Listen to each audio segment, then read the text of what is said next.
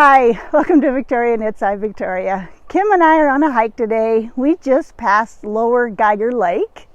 It's very pretty out here. And I'll show you on the map where it is in relation to where we live. Vanessa and I did this hike 3 weeks ago. It took us 2 hours to get to this point. Kim and I, it took us 1 hour. And I'm not going to show you the hike that Kim and I did because I'll show you the hike that Vanessa and I did 3 weeks ago. It was a little prettier back then. There were more flowers. And you will see why it took Vanessa and I twice the time to reach the same point. It's a 2-mile hike to this point with a 1,000-foot climb in elevation. It's very pretty out here. As you can see, I have on my Becoming an Outdoors Woman t-shirt at the bow program I went to that I talked to 2 episodes ago. They gave out free t-shirts to everybody. That was pretty crazy. They also gave out these little hankies for around your neck. It says bow on it also. And I got a free water bottle. Yeah, they gave out a lot of goodies. They were very generous at that program.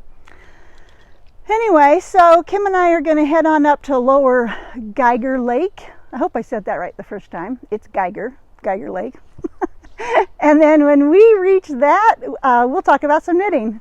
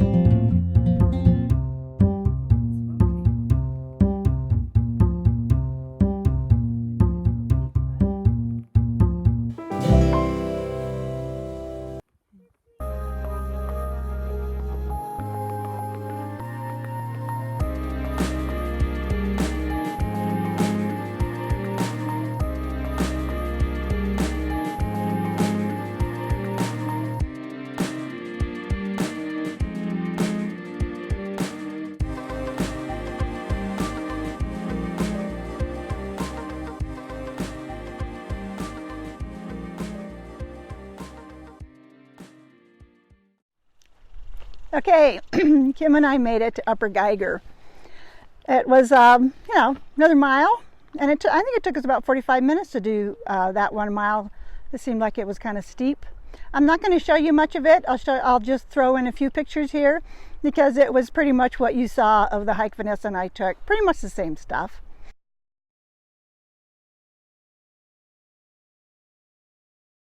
But the lake's really pretty. It's much smaller than Lower Geiger Lake. It's a lot smaller. Really attractive. I'm glad we came up. Not many people come up to the Upper Geiger, I guess. Most of them go to lower Geiger, and that's as far as they go. But after Vanessa and I came up the first time with the boys, I told Kim it'd be really nice if we could come up to upper Geiger together.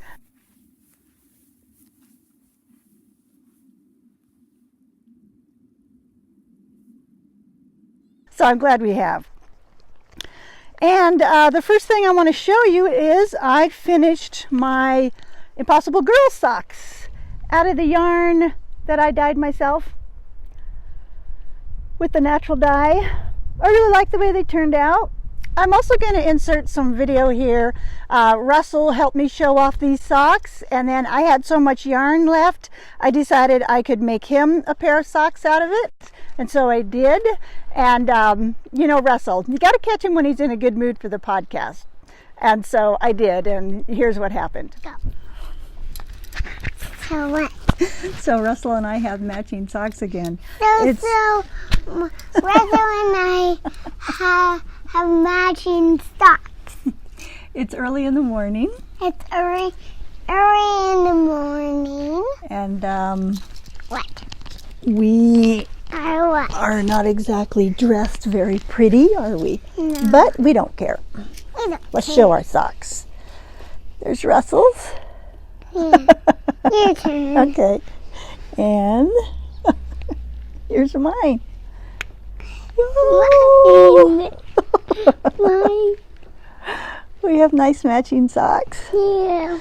And you helped me a little bit dye this yarn, I think. Just a little, maybe. You like them? Yeah. Are they warm? Yeah. They're warm. They're nice and warm, huh? Yeah. They make me nice and cozy. They make you nice and cozy. Then what? I think that's it. No. Let's try to talk to them again. Okay. Hello. Hello, everybody. Yeah. Hello, everybody. You say welcome to the podcast? Welcome to the podcast. And you have some nice socks to show them? Yeah, what? Oh, those are nice. Matching socks again. Let's do it again. Let's do it again. Do it again? You want to say, welcome to Victoria Knits. Welcome to the Torian Knits. Welcome to the podcast. Welcome to the podcast. So I really appreciate Russell helping me out to show off his socks too. And speaking of Russell, I finished that little shawl he wanted. This is the May I Borrow That Please shawl. Free pattern on Ravelry. I think it turned out really nicely. I'll insert a picture here of Russell wearing it. He really seemed to like it. It's definitely a shawl that has enough interest to keep you going. And he really likes it. He talks a lot about his shawl. I think it turned out pretty nice. I'm pretty happy with it, and I'm glad he wanted one. And one more finished object. I finished my light shift shawl. And yeah, you're probably thinking, did she pack all that crap up with her? Yeah, I did. I did. I packed all this stuff up with me. It's, it's knitting stuff. It's not too heavy, but look at that shawl. I really, really like that. Is that nice or what? It's nice and big. Gosh, I think that's really pretty. I don't know how that's showing up. Is that showing up okay, Kim? Good to me. I really liked it. It was an easy shawl to do. I like the pattern. As I said in the last podcast, not really sure about the colors, but I think I will wear this. I know I will wear this. I will get this out and wear it. I like it. I think it's really pretty. I have to say, we haven't seen any wildlife coming up here. And of course, we have our bear spray with us both. We brought plenty of snacks and a lunch and lots of water, but we have not seen, anything more than some deer when we were driving, when we did the driving part. But that's been it so far. We kind of got our fingers crossed that we'd love to see a mountain goaters happen, but we'll see. Okay, so I've got halfway through another pair of socks. I'm doing another pattern by Jan of Jan's Crafty Crochet. And this is called the Adaline. Is it Adaline? Oh gosh, let me look at my notes. I want to get that right. Adaline socks, yes. Jan asked me if I would like to try out this pattern, so I said of course I would, since I did that last one by her, her granny jeans. This one's really nice. You can see that lace pattern that goes across the front, and look, bobbles. Who doesn't like bobbles on socks, right? It took me a little bit to get going on this. She has not published this pattern yet, but I'll try to give you a heads up when she does, and you should go follow Jan. She's Jan's Crafty Crochet on Instagram, so give her a look. I love the way these are turning out, and I love the idea of bobbles on socks. Now, I have to say, she did hers cuff down, so my pattern is going the other direction because I did mine toe up. And I put the Fish Lips Kiss heel in because that's the heel I like. But she, you know, I'm kind of testing the pattern for her, and you can put in whatever heel you like. I really like this. The yarn is from Teal Torch Knits. This is Marple. The main color is Marple. It's one of her mystery yarns that she does every month. The heels, toast, and cuffs are called Holiday by the Sea. It was a mini that came with this yarn. The other mini that came with the yarn is this one, and it is called Afternoon Tea. Isn't that pretty? So she sent 2 minis with this yarn. And I am through the heel. Remember, I'm doing toe up, so I'm through the heel on the second sock. And you can see how that pattern turns out. You just don't do the bobbles on the part that's going to be on your foot. You just don't do the bobbles. You wait and do them. Like, I'll start doing them probably the next time they come up. What's nice is, and I can't believe I brought these up on double points and carried them on my backpack, but I did because I'm crazy that way. The nice part is there is a rest row, a just knit row between every row. So, you know, it kind of gives you a little break. I like that kind of pattern. But this one has been fairly easy once I got past a little bump I had, and I talked to Jan about it, and we got through that. It's just a weird way my mind was working with the knitting, you know, but we made it. So, yeah, those are some things I have going on. I do have to say that there was a little bit of, you know, sometimes I talk about pattern confusion. Well, there was a little bit of trail confusion when we were coming up here, and I wish that they marked their trails just a little bit better, because we started going the wrong direction trying to find the path to the upper Geiger Lake. But it all worked out. Here we are, and now we are going to be on our way up to a place called, it's getting windy out here, Lost Bucks Pass. So we'll see how that looks, and I'll have another knitting project to show you up there if it's not too windy. So here we are at Upper Geiger Lake, and here is where we're headed to get to Lost Buck Pass. I didn't point that out to Kim while we were still at the lake, though. And for perspective, the red outline is Glacier National Park. And now you're looking at the trip I took in my last podcast to Eureka. And this outline is the Cabinet Wilderness area where we're at. So we head on up there. Yeah, it was quite the hike. And yes, it was very, very windy.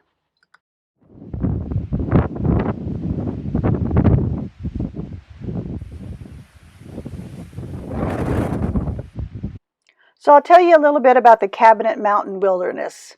It's a 35-mile-long range of glaciated peaks and valleys with 2 main ridges trending north and south. These 2 ridges are divided by Lake Creek flowing north to the Kootenai River and Bull River flowing south to the Clark Fork River. Elevations range from a low of 2,800 feet to 8,700 feet atop Snowshoe Peak. The cabinets were designated a primitive area in 1935, and the 94,000-acre area then became part of the National Wilderness Act of 1964, which defined wilderness as an area where the earth and its community of life are untrammeled by man, where man himself is a visitor who does not remain. Lost Buck Pass, where we're at, was named for a herder who was tending sheep and was killed by lightning back in the turn of the century. And a crew had to go up and gather the bucks and the lost sheep. The pass was named Lost Buck Pass. And I guess Geiger Lakes were named after an old prospector named John Geiger, who lived and prospected near and around Lower Geiger. We walked across these rock slabs to get to where we're sitting, and there was no way I was going to be able to podcast from there.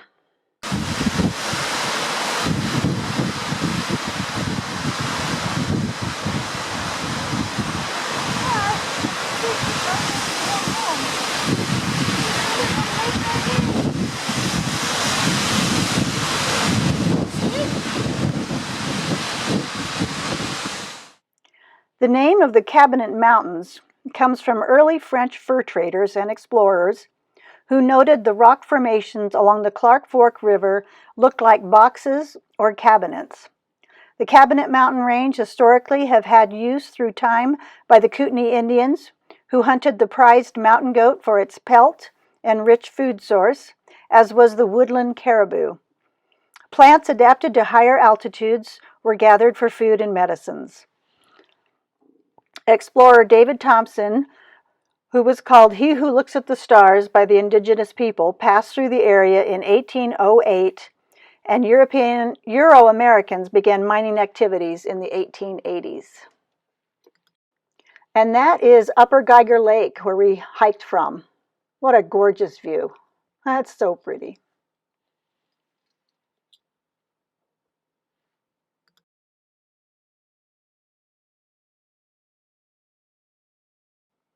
We came through a really nice patch of huckleberries on the way back, and we stopped and picked a few.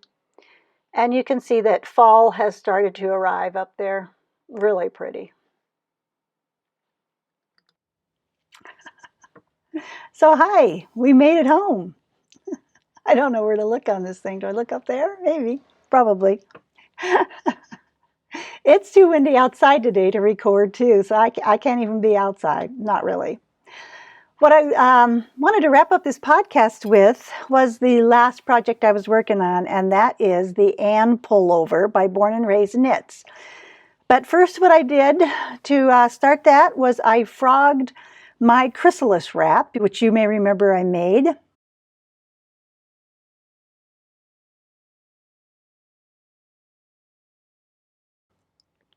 And I wanted to correct the things that I did wrong, or, well, not that I did wrong, but that I didn't like about my first Ann pullover. And that was that the neck was too open. So this time I only cast on 90 stitches instead of 120.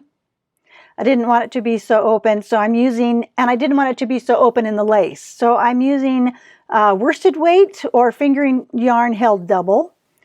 And I started the cat's eye lace below my chest, which according to the pattern should have happened anyway, but didn't for me the first time around. I'm going to split the lace at the bottom. And I'm going to make the leaves a little bit longer. The color I'm using is Raspberry Cordial, worsted weight by Big Sky Yarn Co. Now I started off when I frogged my chrysalis wrap, I had Apple Blossom by Bigfoot Fibers, and I had Spring Prairie by Polka Dot Sheep, and that was going to be my original colors. And so when I went to Polka Dot Sheep, because I ran out of that Spring Prairie yarn, which I thought was so pretty, I found out they weren't dyeing it anymore. So I had to frog that start over. And that's when I was looking through my stash, and I found that Raspberry Cordial worsted weight by Big Sky Yarn Co., and I really liked the color. And it seemed to fit right in with what I was doing. So that is what I'm using. And I'm doing it on a size 4 needle.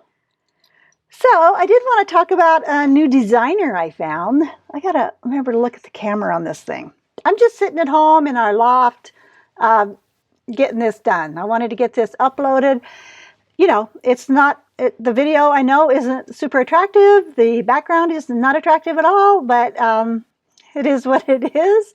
And I think you've seen plenty of pretty stuff up to this point, right? So anyway, let me talk about this new designer. Her name is Cecilia. And from her Ravelry page, she is Mama DIY Patterns on Etsy.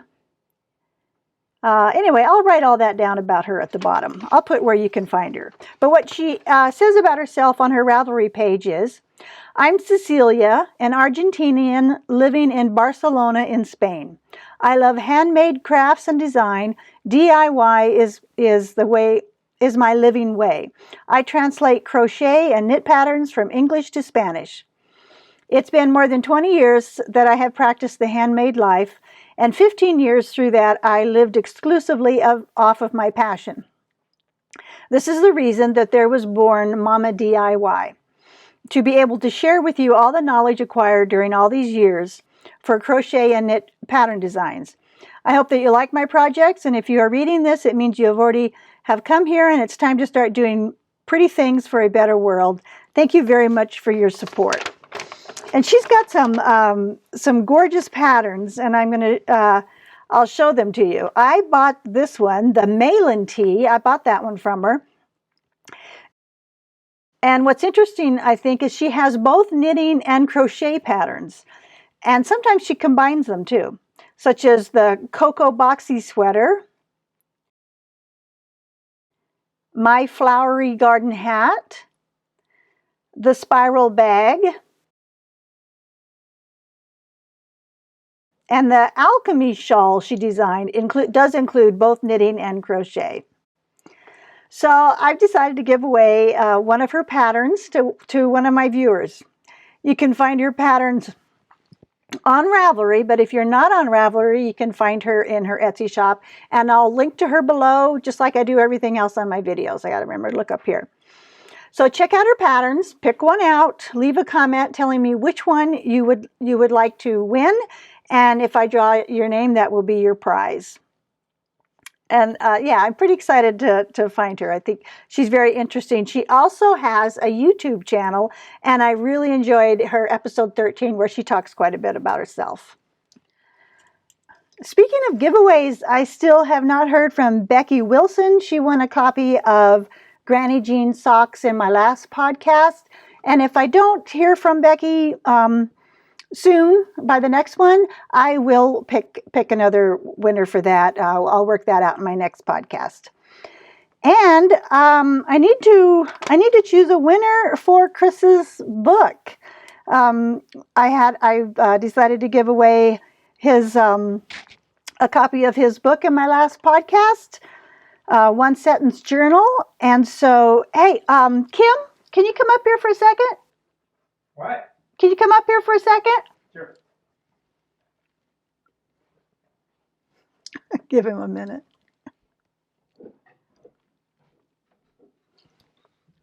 Hi, honey.